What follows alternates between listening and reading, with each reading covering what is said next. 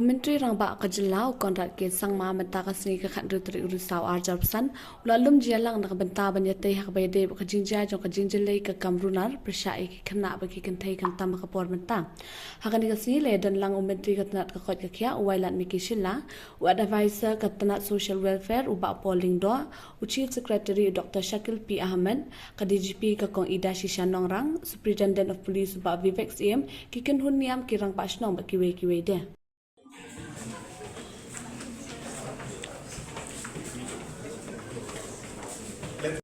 With the different Rangbashnongs of different localities, different leaders of faith-based organizations, different NGOs.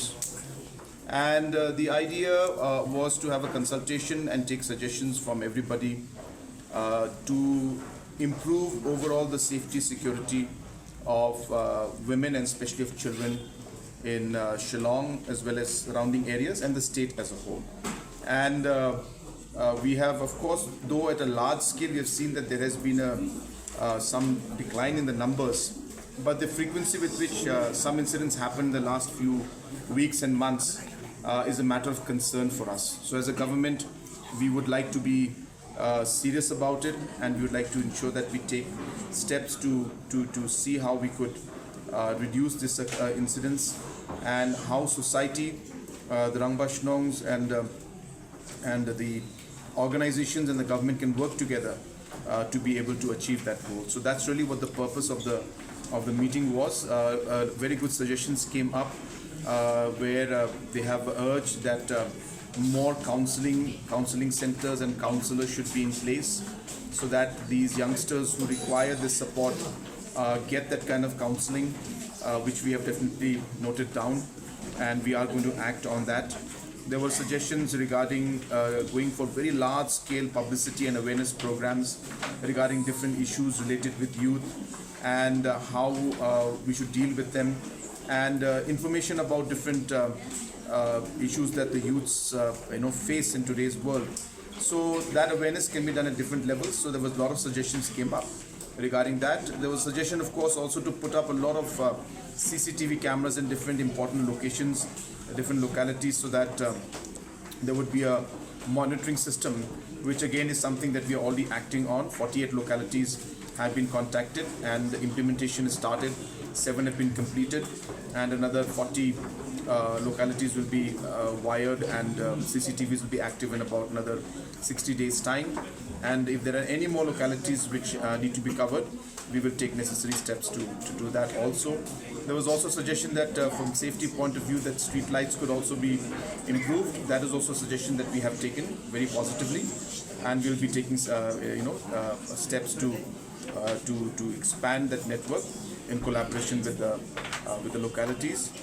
Also, there is I would like to appeal to the people at large, that today, because of the social media, a lot of false news and information also comes out. There are very quick, news that gets viral, which are unconfirmed news. And because of those unconfirmed news, suddenly you find the public reacting, and community and locality, large crowds gathering and blaming some individual just because what they saw on WhatsApp or what message they got on YouTube video, and because of which different kind of complicated situations come up, which could lead to law and order situation. And hence we should not start to just react to different videos, react to different messages on WhatsApp, or react to different videos on YouTube. And be careful as to what we do, because this will, as I said, lead to different kind of law and order situations in the state. So I appeal to the citizens that before we react, we should confirm any kind of information and not take the law in our hands. And wherever situation happens, we must trust our local leadership, the local darbars, the Rangbashnongs, and inform the police about this information so that police can take the right steps. So that would be the appropriate way to go forward. So all those matters were discussed, and as I said, a lot of suggestions have come. We'll be happy to now take forward those suggestions and get some concrete action on the ground. Meetings with all the different localities And after the suggestions that have been taken from the localities, the government, which is the Shillong Municipal Board, the wing of the government, has identified 47 locations based on the 47 localities, based on the suggestions. Each locality will have 3, 4, 5 locations. And based on those suggestions, we have already sanctioned, and work has started for installation of CCTVs. As I mentioned, 7 have already been completed. Another 40 are left. We expect them to be completed by maybe November or December, and they will all be active. And as I said, these will be having sub-command centers, which will be at the access and available to the local headmen and the Rangbashnong and the Dorbar there. And that, in the next phase, will then be further connected to the Integrated Command and Control Center, which is at New Shillong. School level yet, it is mainly for the cities and localities. But yes, as we move forward, after discussion with the schools and after discussion with the localities and areas, wherever we feel it's necessary, we'll be happy to take this forward, because I think this would give a good sense of security and safety to all the people. Yes. So the first process, there'll be 2 phases. The first phase is to install and have a command center, a local command center at the local locality level, and which will be at the control of the headmen and the Rangbashnong and the Dorbar. And then in the second phase, once we've completed the CCTV connections in the localities, these CCTVs then further, or their control rooms will further be then connected to the ICCC. How do So we will start with the urban areas like Shillong, Tura and Jowai, and then to the district headquarters, then further to the subdivision, and slowly we hope that we'll be able to cover as many locations across the state as possible. Said from society point of view, clearly we realized that we need to get involved in the awareness programs. There are many areas in which we are not involved as a community, especially when it comes to social issues and and problems like these. So I think at large, awareness, of course, with proper training, needs to be there, and awareness among the community as to what is right, what is not right. Simple things like, for example, when somebody touches you, what is a right touch and what is not a right touch. These kind of awareness for a child is important. Information about also that when you're having problems or you have some concerns, who do you approach?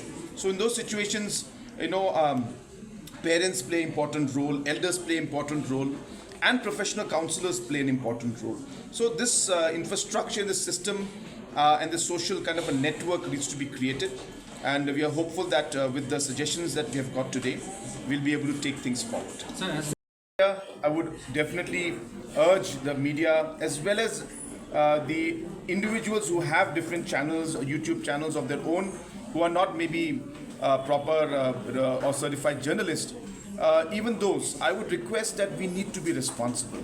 Just because we would like to get some kind of sensational news and we would like to see our channel get higher numbers, we risk putting information which is unconfirmed and point fingers at individuals, which then can turn into a mob situation where crowds can swell up and law and order situation could break down. So therefore it is absolutely necessary that the media, the press and individuals who are involved in social media must act very responsibly when they post different kind of news, and don't post news where you have no confirmed information, because your news or your updates could lead to very complicated situations, could lead to law and order breakdown, and could even lead to a very, very serious situation at the grassroots level.